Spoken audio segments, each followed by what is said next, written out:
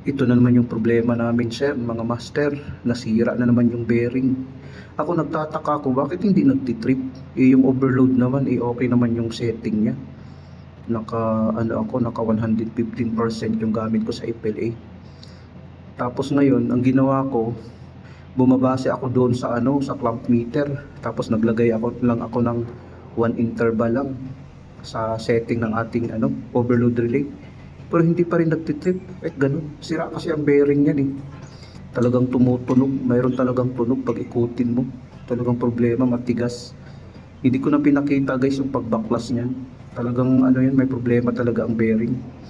Yung sa likod niya, yun ang may problema eh. Doon malapit sa impeller ang bearing na may problema. O yan nung tinanggal na namin, yun na yung forma niya.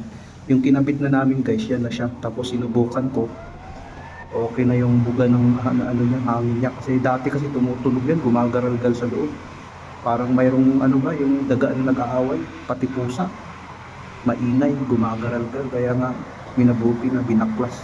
Advice ko sa operator, i-off muna ang production tapos tanggalin yan. Ganun kasi dyan sa amin, naka-sequence kasi yung makina. Pag mayroong isa ang sira, wala na, failure na ang production. Antayin mo na bago ma-okay.